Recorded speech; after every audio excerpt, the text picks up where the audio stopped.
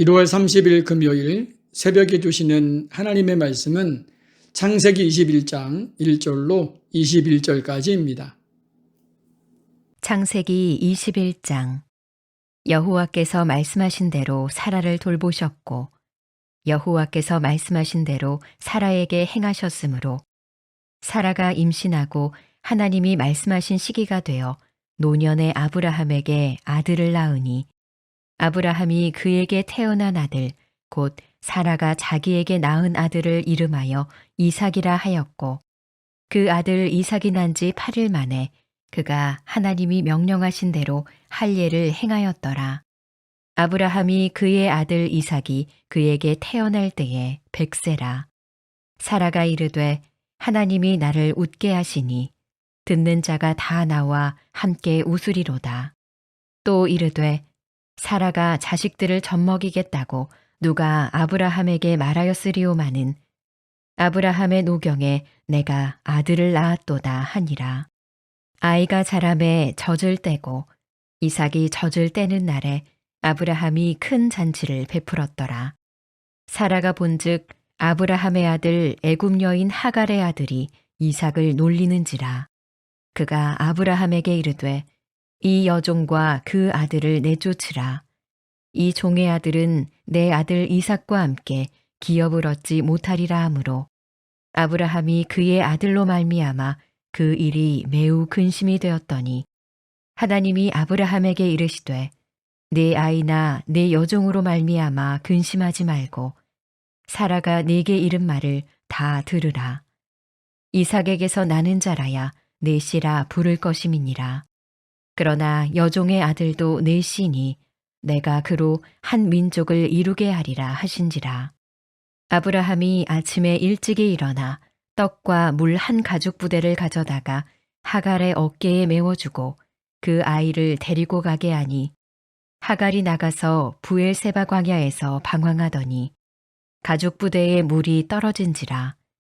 그 자식을 관목덤불 아래에 두고 이르되 아이가 죽는 것을 참아 보지 못하겠다 하고 화살 한바탕 거리 떨어져 마주 앉아 바라보며 소리내어 우니 하나님이 그 어린아이의 소리를 들으셨으므로 하나님의 사자가 하늘에서부터 하갈을 불러 이르시되 하갈아 무슨 일이냐 두려워하지 말라.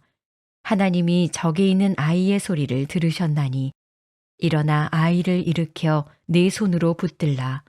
그가 큰 민족을 이루게 하리라 하시니라. 하나님이 하갈의 눈을 밝히셨으므로 샘물을 보고 가서 가죽 부대에 물을 채워다가 그 아이에게 마시게 하였더라. 하나님이 그 아이와 함께 계심에 그가 장성하여 광야에서 거주하며 활 쏘는 자가 되었더니 그가 바란 광야에 거주할 때에 그의 어머니가 그를 위하여 애굽 땅에서 아내를 얻어 주었더라. 할렐루야! 오늘도 말씀 안에서 승리하는 복된 하루가 되기를 소망합니다. 오늘은 창세기 21장 1절로 21절까지 말씀하신 대로라는 제목으로 말씀을 나누고 기도하려고 합니다. 하나님께서는 아브라함에게 자손과 땅의 복을 약속해 주셨지만 이 약속은 오랜 시간 지연되는 것처럼 보였습니다. 불가능한 상황 속에서 하나님께서는 약속을 어떻게 이루어 가시는지를 창세기 21장에 분명히 보여주십니다. 1절입니다. 여호와께서 말씀하신 대로 사라를 돌보셨고 여호와께서 말씀하신 대로 사라에게 행하셨으므로. 이 구절에서 반복되는 표현은 말씀하신 대로입니다. 하나님의 약속이 우연이나 인간의 노력의 결과가 아니라 전적으로 하나님의 약속에 근거하고 있음을 보여줍니다. 사라는 이미 경소가 끊어진 상태였고 아브라함 역시 100세의 노인이었습니다. 인간의 조건으로 보면 완전히 끝난 상황이었습니다. 그러나 하나님께서는 불가능한 지점에서 약속을 시작하십니다. 2절과 3절입니다. 사라가 임신하고 하나님이 말씀하신 시기가 되어 노년의 아브라함에게 아들을 낳으니 아브라함이 그에게 태어난 아들 곧 사라가 자기에게 낳은 아들을 이름하여 이삭이라 하였고, 이 이삭이라는 이름은 히브리어로 웃다라는 뜻을 가지고 있습니다. 이전에는 의심의 웃음, 비웃음의 웃음이었지만 이제는 기쁨과 감사의 웃음으로 바뀌었습니다.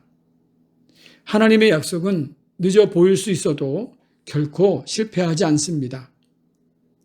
이삭이 자라 젖을 떼는 날 큰 잔치가 벌어졌습니다. 그러나 그 기쁨의 자리에서 갈등이 시작됩니다.